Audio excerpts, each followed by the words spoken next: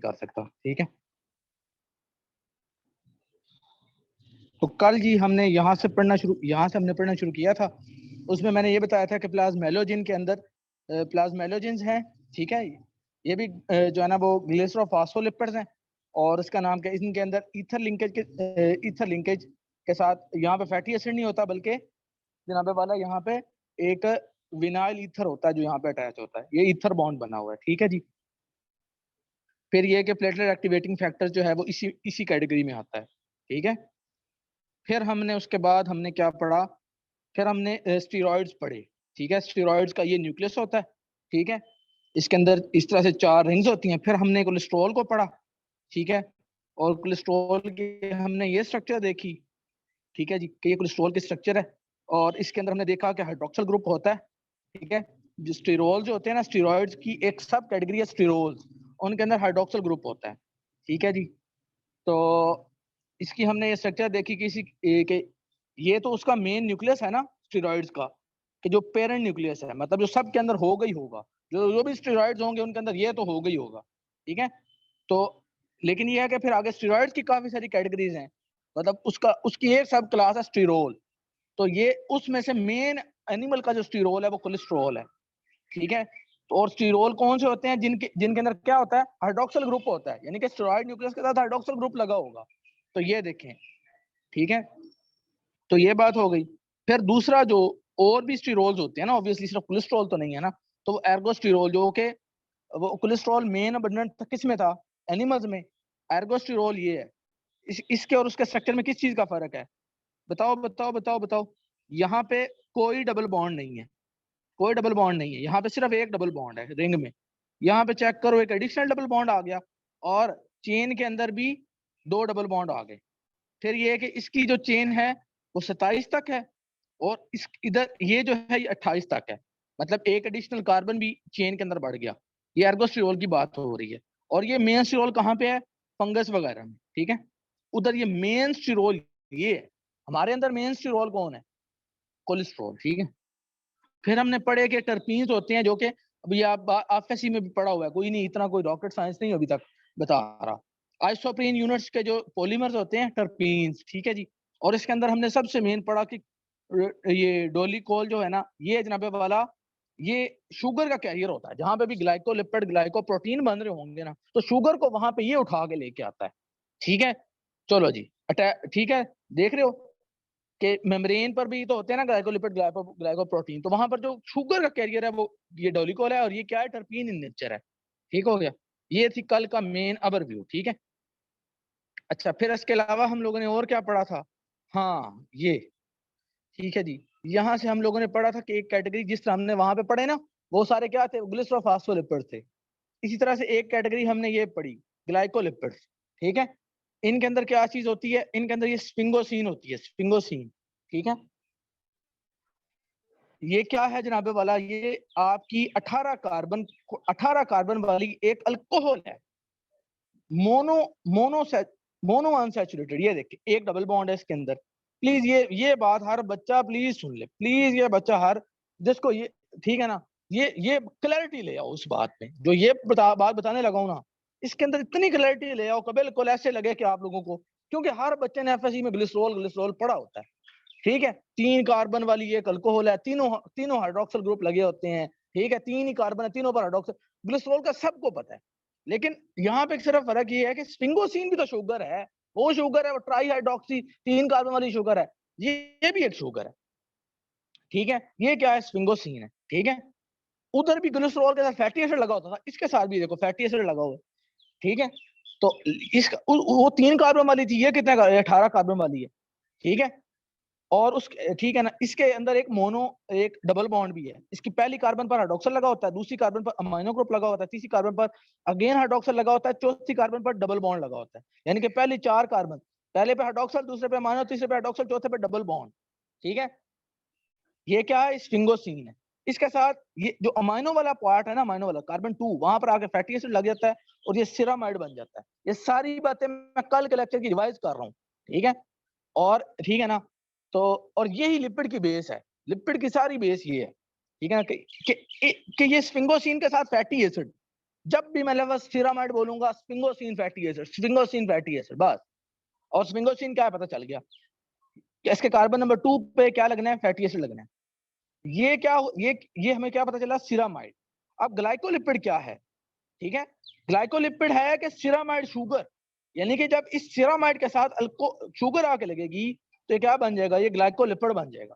और शुगर आके कहाँ पे लगती है, यहाँ पे पहले कार्बन पे। हमने कहा पहले कार्बन हाइड्रोक्सिल है, दूसरे कार्बन पे अमाइनो है, तीसरे कार्बन पे अगेन हाइड्रोक्सिल है, चौथे कार्बन पे डबल बॉन्ड है, ठीक है। तो दूसरे कार्बन पे फैटी एसिड लग गया, पहले कार्बन पे क्या आके लगता है, क्या आके लगता है, शुगर आके जब लगता है तो ये क्या बन जाता है, ये ग्लाइकोलिपिड बन जाता है। अगर तो एक शुगर का मॉलिक्यूल आके लगे, तो कोई ग्लूकोज या गैलेक्टोज, मतलब एक शुगर का जब आके लगता है तो उसको कहते हैं सेरिब्रोसाइड। जब एक शुगर का मॉलिक्यूल मतलब एक रेजिड्यू, एक हेक्सोज आके लगेगी तो उसको हम कहेंगे, उस ग्लाइकोलिपिड को क्या कहेंगे, सेरिब्रोसाइड कहेंगे, ठीक है। ये बात पता चल गई। अब वो ऑब्वियसली अगर वो ग्लूकोज होगा तो हम क्या कहेंगे, सिरामाइड ग्लूकोज। जैसे ग्लाइकोलिपिड है, ग्लाइकोलिपिड क्या है, सिरामाइड शुगर। अभी बताओ ग्लाइकोलिपिड क्या है, सिरामाइड शुगर। सिरामाइड क्या है, स्फिंगोसिन फैटी एसिड, ठीक है। और ग्लाइकोलिपिड की एक कैटेगरी बता दी, सेरिब्रोसाइड। सेरिब्रोसाइड का क्या बताया कि वो ग्लाइकोलिपिड जिसके अंदर एक शुगर का एक मॉलिक्यूल लगा हो, वो सेरिब्रोसाइड है। वो सेरिब्रोसाइड दो किस्म के हो सकते हैं, एक सिरामाइड ग्लूकोज, एक सिरामाइड गैलेक्टोज, ठीक है। सिरामाइड गैलेक्टोज जो होता है वो न्यूरल टिश्यूज में होता है। सिरामाइड गैलेक्टोज किधर होता है, न्यूरल टिश्यूज में होता है। और सिरामाइड गैलेक्टोज कहाँ पे होता है, न्यूरल में बस। और सिरामाइड ग्लूकोज कहाँ है, नॉन न्यूरल टिश्यूज में, ठीक है। चलो जी, इतनी बातें होगी। ऑब्वियसली अब सेरिब्रोसाइड्स हैं तो वो ग्लाइकोलिपिड भी तो होंगे ना जिनके साथ एक से ज्यादा रेजिड्यू लगा होगा। जब ये देखो, ceramide glucose galactose galactose, ceramide glucose galactose, तो मतलब और वाले भी होते हैं, सेरिब्रोसाइड ही नहीं सिर्फ होते, ठीक है। ये अब देखो ना, अब ग्लाइकोलिपिड थे मेन कैटेगरी, और ग्लाइकोलिपिड के अंदर हमने सेरिब्रोसाइड को पढ़ा, और उसके सेरिब्रोसाइड के अंदर हमने दो पढ़े, सिरामाइड ग्लूकोज, सिरामाइड गैलेक्टोज। अब हम क्या करने लगे हैं, अब हम एक और कैटेगरी पढ़ने लगे हैं ग्लाइकोलिपिड की। वो कौन सी है, वो है गैंग्लियोसाइड। गैंग्लियोसाइड ये इसकी एक कैटेगरी होगी, उसकी साइड भी नीचे दो। अब पढ़ने लगे गैंग्लियोसाइड, ठीक है। ये यहाँ पे इतना अच्छा नहीं लिखा हुआ, तो बहुत पहले लिखा हुआ है। सिर्फ यहाँ पे कितना याद रखना है, इतने देख लो कि एक चीज होती है सियालिक एसिड, ये मैं आपको कार में अगेन बताऊंगा। सियालिक एसिड्स होते हैं, ठीक है। उसकी एक मिसाल है, जो मेन सियालिक एसिड है वो न्यूरामिनिक एसिड होता है। कार के अंदर भी अभी मैं ये पढ़ाऊंगा न्यूरामिनिक एसिड। जब ये भी आ जाते हैं ना, ठीक है, मतलब ये कि आपके इसके साथ आप जब मतलब आपका सिरामाइड भी हो, सिरामाइड के साथ शुगर भी लगी हुई हो, और एक अंदर सियालिक एसिड भी आ जाए ना, कोई भी सियालिक एसिड, सपोज न्यूरामिनिक एसिड आ गया है, तो इसको हम क्या कहते हैं, गैंग्लियोसाइड। बात समझ आई कि मतलब देखो पहले क्या था, ग्लाइकोलिपिड क्या था, सिरामाइड आएगा, सिरामाइड के साथ एक शुगर लगी होगी, बस क्लैरिटी आ गई सर, कोई मुश्किल बात ही नहीं है, ठीक है। हमें बिल्कुल सर याद हो गया, ठीक है। तो सिरामाइड के साथ शुगर लगी होगी तो सेरिब्रोसाइड होगा, बात डन हो गई, ठीक है। अब क्या कह रहे हैं कि गैंग्लियोसाइड क्या है, कि भाई एक न्यूरोमिनिक एसिड भी आ गया बस, तो अब वो गैंग्लियोसाइड होगा। अच्छा, अब क्या होता है कि अगर एक ही न्यूरोमिनिक एसिड हो ना, तो इसे हम कहते हैं गैंग्लियोसाइड मोनोसियालिक एसिड।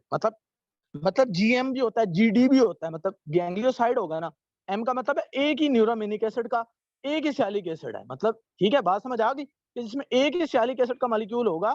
यार जैसे यहाँ पे सेरिब्रोसाइड नहीं थे कि एक ही अटैच होगा तो वो सेरिब्रोसाइड होंगे, यहाँ पे क्या है, जीएम क्या है कि एक ही सियालिक एसिड का मॉलिक्यूल है, और जीडी क्या है कि दो सियालिक एसिड के मॉलिक्यूल हैं बस, ठीक है। अच्छा जी, अब क्या है ये देखो, और ये जीएम है ना, फिर इसके भी आगे होती हैं GM1 GM2 GM3। वो पता क्या है, वो जो 1 2 3 कह रहे हैं ना, वो बेसिकली उसका क्रोमेटोग्राफिक माइग्रेशन नंबर होता है। वो उन बातों को आपने छोड़ दो, बस इतना याद रखो कि GM1 2 भी होता है क्रोमेटोग्राफिक माइग्रेशन, मतलब वो बस आप लोगों को पता है, ठीक है। तो वो नंबर होता है, उसकी टेंशन ना लो, उसको छोड़ दो आप लोग, ठीक है। बस आप लोग इतना याद रखो कि GM3 जो होता है ना, वो मोस्ट सिंपलेस्ट गैंग्लियोसाइड होता है। GM3 मतलब सिंपलेस्ट जो होता है ना, वो GM3 होता है। और GM1 के बारे में एक बात हर बच्चा सुन ले, और GM1 की आप लोगों ने स्ट्रक्चर भी याद करनी है, ठीक है। वो क्या है जी, GM1 की स्ट्रक्चर, वो हार्पर पे बनी होगी, वहीं से याद करनी, यहाँ से जरूरत नहीं है। वैसे उसकी स्ट्रक्चर कुछ इस तरह की है, ये देखो सिरामाइड, सिरामाइड ग्लूकोज, गैलेक्टोज, ये देखो एन एसिटाइल न्यूरामिनिक एसिड और एन एसिटाइल गैलेक्टोसामीन और फिर उसके आगे गैलेक्टोज। मतलब ये किसकी स्ट्रक्चर है, GM1 की स्ट्रक्चर है।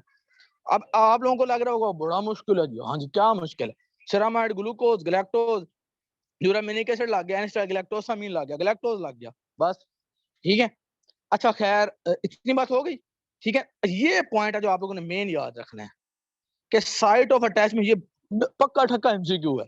यहां से पक्का ठक्का एमसीक्यू क्या था कि न्यूरल टिश्यूज के अंदर सेरिब्रोसाइड गैलेक्टोज होगा, गैलेक्टोज वाला सीरामाइड गैलेक्टोज जो होता है ना वो होगा न्यूरल टिश्यूज में। यहां से पक्का ठक्का एमसीक्यू कौन सा है कि आपका GM1 जो है वो साइट ऑफ अटैचमेंट है टू क्लोराटॉक्सिन, ठीक है। आपके इंटेस्टाइनल सेल मेम्ब्रेन के ऊपर ये GM1 जो होता है ना, ये साइट ऑफ अटैचमेंट होता है किसके लिए, उस टॉक्सिन के लिए, क्लोराटॉक्सिन के लिए। बस इतनी सी बात याद रखनी है, ठीक हो गया। चलो जी इतनी बातें पता चल गई, ठीक है। अच्छा जी, फिर जिस तरह एक चीज होती है ना ग्लिसरोफॉस्फोलिपिड्स, एक चीज होती है स्फिंगोफॉस्फोलिपिड्स। जैसे यहाँ पे क्या था, ग्लिसरोफॉस्फोलिपिड्स के अंदर क्या होता है, हर बच्चे को पता है ग्लिसरोफॉस्फोलिपिड्स का, कि उसके अंदर ग्लिसरॉल होती है, 2 फैटी एसिड लगे होते हैं, तीसरा फास्फोरिक एसिड लगा होता है, उसके आगे हो सकता है नाइट्रोजनस बेस कोलिन छोलिन भी लगी हो, ठीक है, लेसिथिन, वैसे ही बनता है। अब यहाँ पे देखो स्फिंगोफॉस्फोलिपिड्स के अंदर सिर्फ क्या होता है कि ये सिरामाइड होता है इधर भी, यानी कि स्फिंगोसीन होगी, स्फिंगो, अगर अभी तक किसी बच्चे को स्फिंगोसीन का नहीं पता चला तो बस फिर अभी तक उसको लिपिड का नहीं पता चला, फिर वो अभी तक FSC के लिपिड को जानता है, इधर वाले लिपिड को नहीं जानता। इसीलिए मैं बार बार सिरामाइड को अगेन पढ़ाने लग गया हूँ कि यार कोई मसला नहीं यार, ठीक है। जिस बच्चे को पहले भी सुन लिया वो उसका रिवाइज हो जाएगा, मेरा कोई बात नहीं, मेरे टाइम का कोई मसला नहीं, और आप लोगों का तैयार हो जाएगा, ठीक है। अदरवाइज ये सब कल वाली बातें हैं, लेकिन ये नहीं पता हुआ तो फिर मेरे पढ़ाने का फायदा ही नहीं, फिर आप लोगों ने जो 1-2 और लेक्चर लेने हैं उसके भी लेने का फायदा नहीं, ठीक है। अच्छा जी, ये स्फिंगोसीन, अब ये याद रखना यार, जैसे ग्लिसरॉल होती है वैसे ये भी एक शुगर है, इस पे अमाइनो ग्रुप है जहाँ पे आकर फैटी एसिड लगता है और सिरामाइड बन जाता है। तो इसलिए अब सिरामाइड लफ्ज जहाँ पे भी आए, एक तो डन करो ना कि सिरामाइड ग्लाइकोलिपिड्स में होते हैं, डन करो कि सिरामाइड ग्लाइकोलिपिड में है, तो ग्लाइकोलिपिड की ही कैटेगरी है सेरिब्रोसाइड, ग्लाइकोलिपिड की ही कैटेगरी है गैंग्लियोसाइड। ये देख रहे हो, इसमें था नहीं सिरामाइड, तो इसका मतलब है हर जगह पे बेसिकली स्फिंगोसीन है। ये तो सिर्फ एक ग्लिसरोफॉस्फोलिपिड है जहाँ पे ग्लिसरॉल है, और जो हमारी FSC में वही था, ठीक है। सिर्फ वो FSC वाले नॉलेज की वजह से बंदे को ग्लिसरॉल ग्लिसरॉल याद रहता है, ठीक है। यहाँ पे भी देख लो, यहाँ पे भी स्फिंगोफॉस्फोलिपिड्स में भी स्फिंगोसीन ही है, सिर्फ ये एक ग्लिसरोफॉस्फोलिपिड्स की कैटेगरी है। और फिर इस कैटेगरी की आगे तो सब डिवीजन भी देखो, फास्फेटिडिक एसिड का आप लोगों को पता है जो सिंपलेस्ट ग्लिसरोफॉस्फोलिपिड होता है, लेसिथिन्स का आपको पता है जिसके अंदर फास्फेटिडिक एसिड के साथ आके कोलिन लग जाता है, ठीक है। फिर उसका नाम क्या है, सेफेलिन, आप लोगों को पता है कि जहां पर कोलिन की जगह पे एक और नाइट्रोजनस बेस है, इथेनॉल, इथेनॉल एमाइन, इथेनॉल, ये देख लो इथेनॉल है ना 2 कार्बन वाला, और 2 कार्बन वाला इथेनॉल है, ये OH, ठीक है। और साथ में आगे क्या लगा हुआ है, NH2, ठीक है। तो इथेनॉल अमाइन, सेफेलिन, सेफेलिन इथेनॉल अमाइन, सिर्फ इसके और उसमें फर्क क्या है, सिर्फ और सिर्फ वहां पे कोलिन है, यहाँ पे इथेनॉल अमाइन है। और प्लाज्मेलोजेंस के अंदर अब मैं अगेन अगेन बताने आ रहा हूँ, क्योंकि अब मुझे पता चला है कि अब आप लोगों को ग्लिसरोफॉस्फोलिपिड का पता चल गया है। अब उसमें मैं फिर आहिस्ता आहिस्ता नीचे आके दिखा रहा हूँ, प्लाज्मेलोजेंस होते हैं, सेफेलिन्स होते हैं, लेसिथिन्स होते हैं, फास्फेटिडिक एसिड होता है, ठीक है। और मैं दिखा रहा हूँ कि प्लाज्मेलोजेंस के अंदर पहले नंबर पे फैटी एसिड नहीं लगा होता, पहले कार्बन पे क्या लगा होता है, आपका एक विनाइल ईथर लगा होता है, जो कि यहाँ पे लगा, ये देख लो ईथर, ईथर बॉन्ड क्या था, 2 कार्बन के दरमियान ऑक्सीजन, ठीक है। और जब इसकी हाइड्रोलिसिस होती है तो यहाँ से फैटी एसिड नहीं निकलता, ईथर, ये जो इस तरह से ईथर लिंकेज के जरिए अटैच है, ये एक अल्डिहाइड बन के रिलीज होता है। वो जब आप इसकी हाइड्रोलिसिस वाला रिएक्शन पढ़ लो ना अपनी केमिस्ट्री के हिसाब से, कि जब ईथर लिंकेज का जब हाइड्रोलिसिस होता है तब एक अल्डिहाइड बन के निकलता है, ठीक है। अब ये इसका भी मैंने आप लोगों को बता दिया कि कोलेस्ट्रॉल का क्या निजाम है, ठीक है। अब जनाबे वाला, अब आप लोगों को किसी हद तक इसका भी पता चल गया, ठीक है। अब जरा आप लोग आ जाओ, किधर भला, आ जाओ आ जाओ, फैट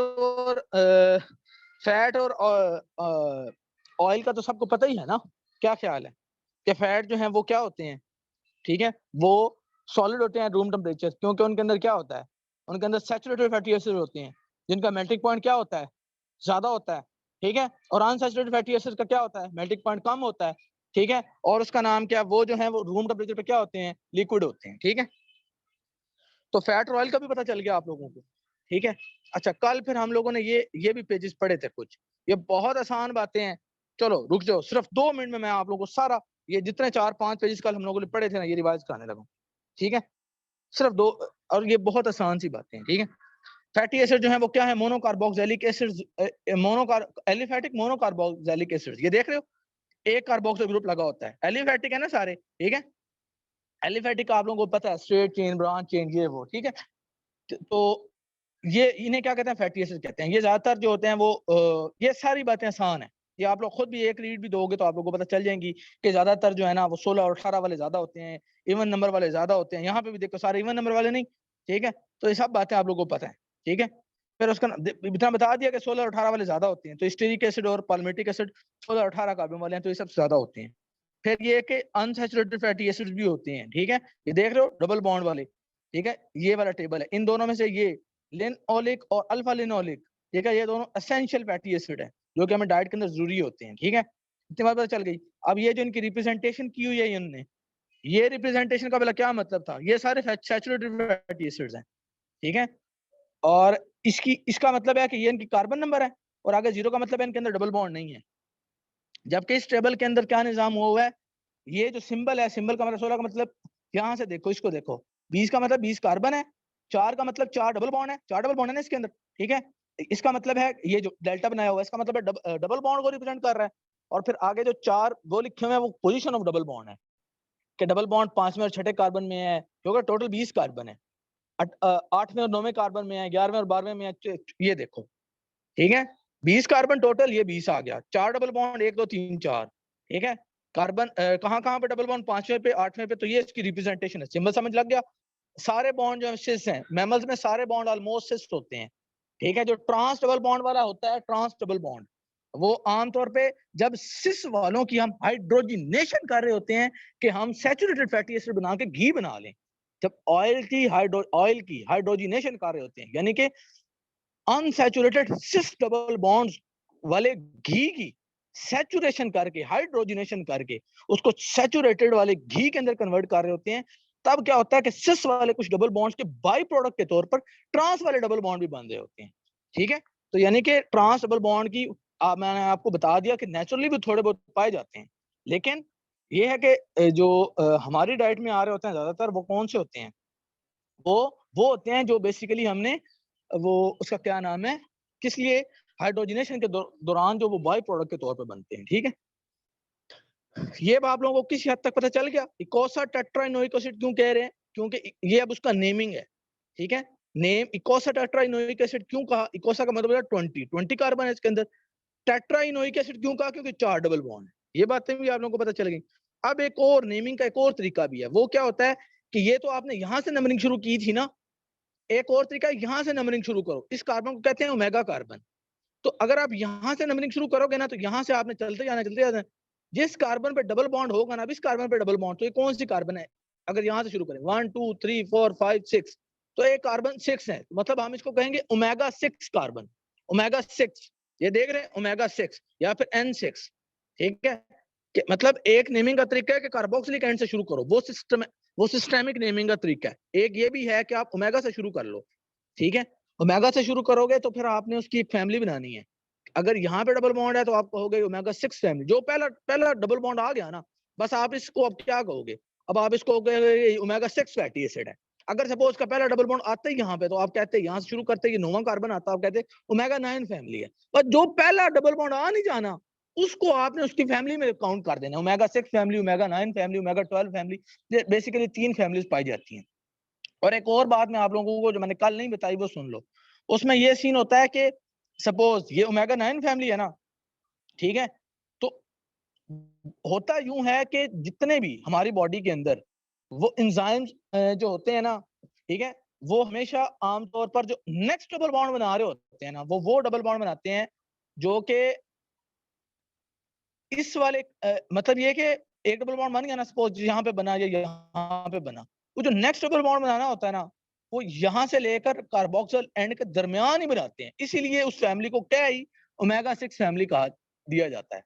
ये बात पता नहीं किस हद तक समझ आई आप लोगों को। मेरे कहने का मतलब ये था कि सपोज पहला डबल बॉन्ड यहाँ पे आया है ना, यहाँ पे आया है, अब अगर सपोज नया बॉन्ड बनना है ना, तो वो हमारी बॉडी के अंदर एंजाइम इस तरह के होते हैं कि वो मजीद डबल बॉन्ड बनाना हो ना, इस एंड और इस एंड के दरमियान बनाते हैं, मतलब यहाँ या इन में बना लेंगे, ठीक है, इधर नहीं बनाते। तो इसलिए उस फैमिली को ही हम ओमेगा फैमिली। बहरहाल आप लोगों ने बस इतना याद रखना है कि यार कि उसका नाम क्या है, कि इस एंड से जो पहला बस कार्बन आ गया ना, वो उसकी फैमिली बन जाएगी, ठीक है।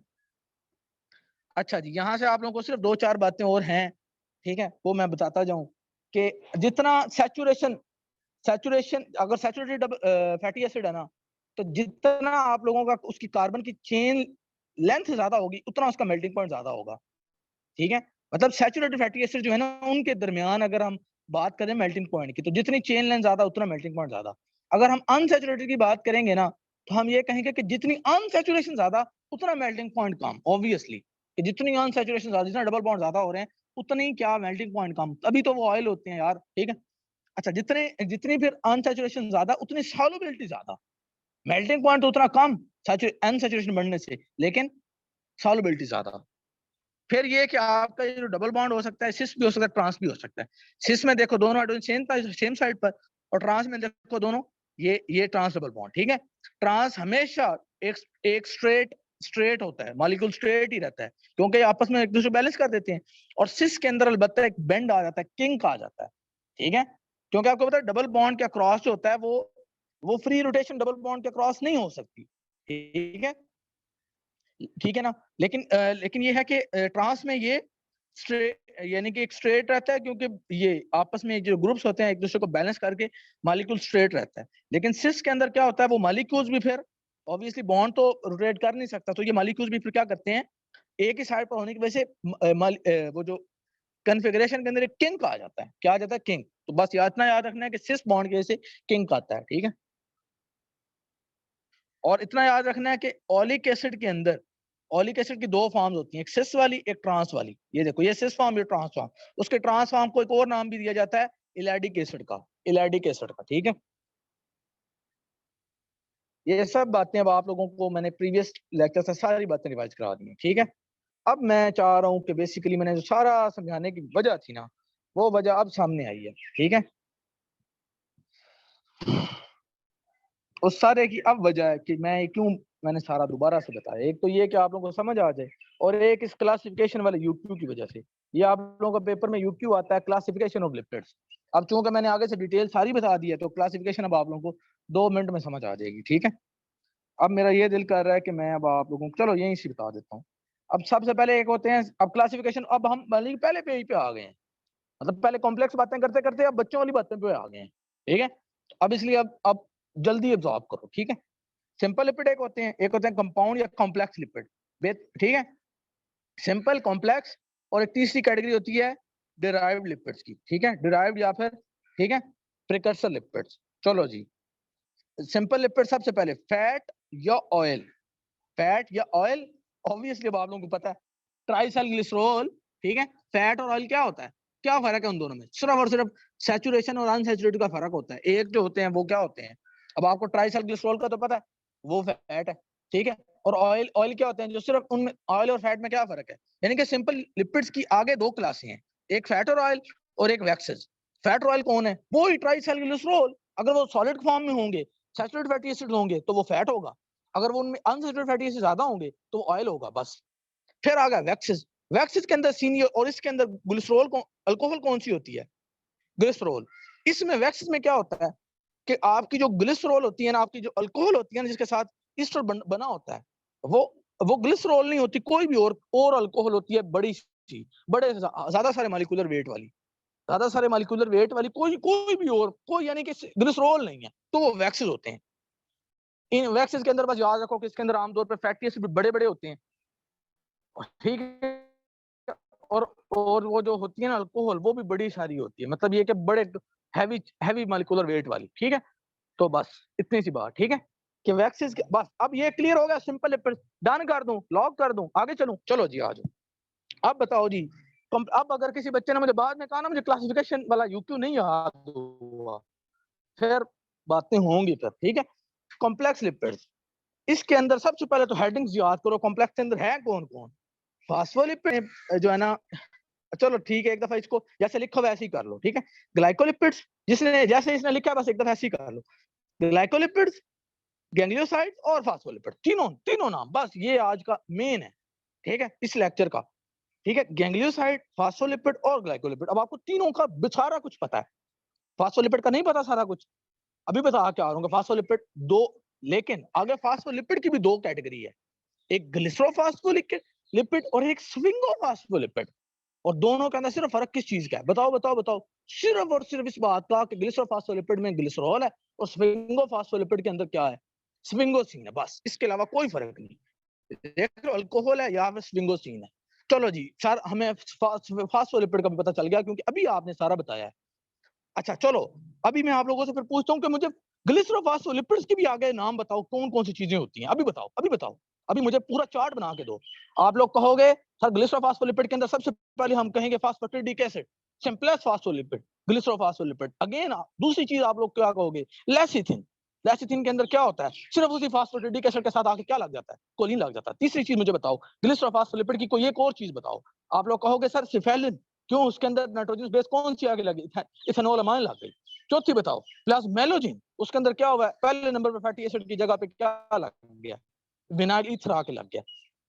और मुझे कुछ बताओ। आप लोग कहोगे सर ठीक है ना, डाई, ठीक है ना, वो एक और चीज भी होती है, ठीक है ना, वो कार्डियोलिपिन, ठीक है। उसके अंदर क्या होता है कि दो फास्फेटिडिक एसिड्स के दरमियान ग्लिसरॉल आगे लग जाता है, तो उसे हम कहते हैं डाई फास्फेटिडाइल ग्लिसरॉल।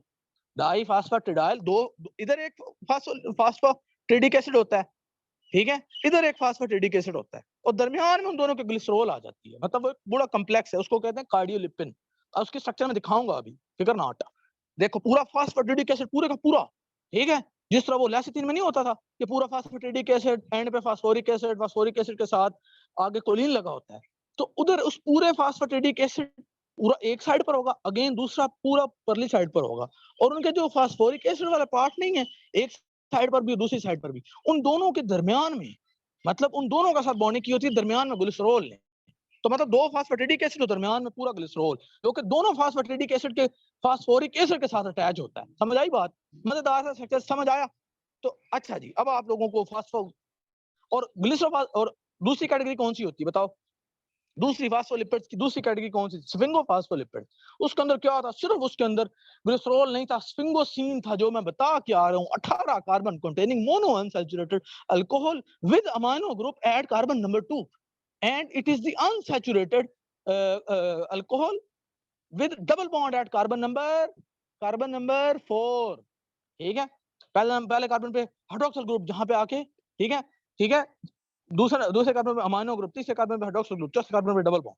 चलो जी, तो अब आप लोगों को फास्फोलिपिड्स की भी सारी बातें रिवाइज भी होगी और मैंने अगेन अगेन रिवाइज करा दी। चलो जी, अब दूसरे नंबर पर आ जाओ, ग्लाइकोलिपिड्स पे। अभी बता क्या रहा हूँ, सिरामाइड शुगर, सिरामाइड क्या है, यही स्फिंगोसिन के साथ क्या लगा होता है, स्फिंगोसिन के साथ आपका क्या लगा होता है, शुगर, ठीक है।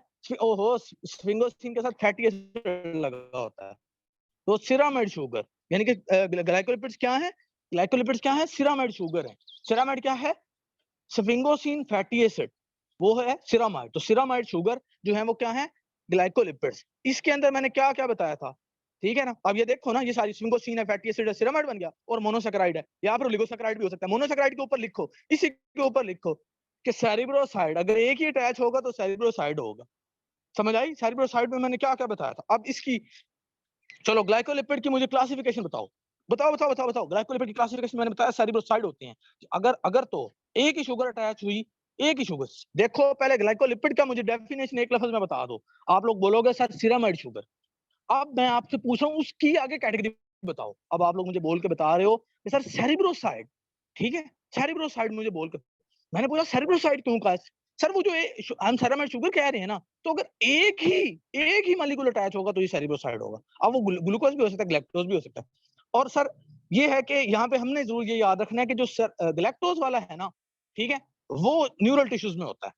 चलो जी ठीक है, फिर जनाब वाला एक चीज आ गई कि अगर आपके इस ग्लाइकोलिपिड के अंदर, आपके ग्लाइकोलिपिड में अगर न्यूरामिनिक एसिड आ गया, ये देखो, अब आप इसको क्या कहोगे, अब आप इसको गैंग्लियोसाइड कहोगे, सिर्फ उसी ग्लाइकोलिपिड के अंदर जिसमें सिर्फ आप स्फिंगोसिन भी होगे, फैटी एसिड यानी कि सेरामाइड होगा, आपकी शुगर्स भी लगी हुई होंगी, ठीक है, मतलब ग्लूकोज ग्लैक्टोज वगैरह होंगी, सिर्फ एक न्यूरामिनिक एसिड आ गया तो आप उस ग्लाइकोलिपिड को क्या कहोगे,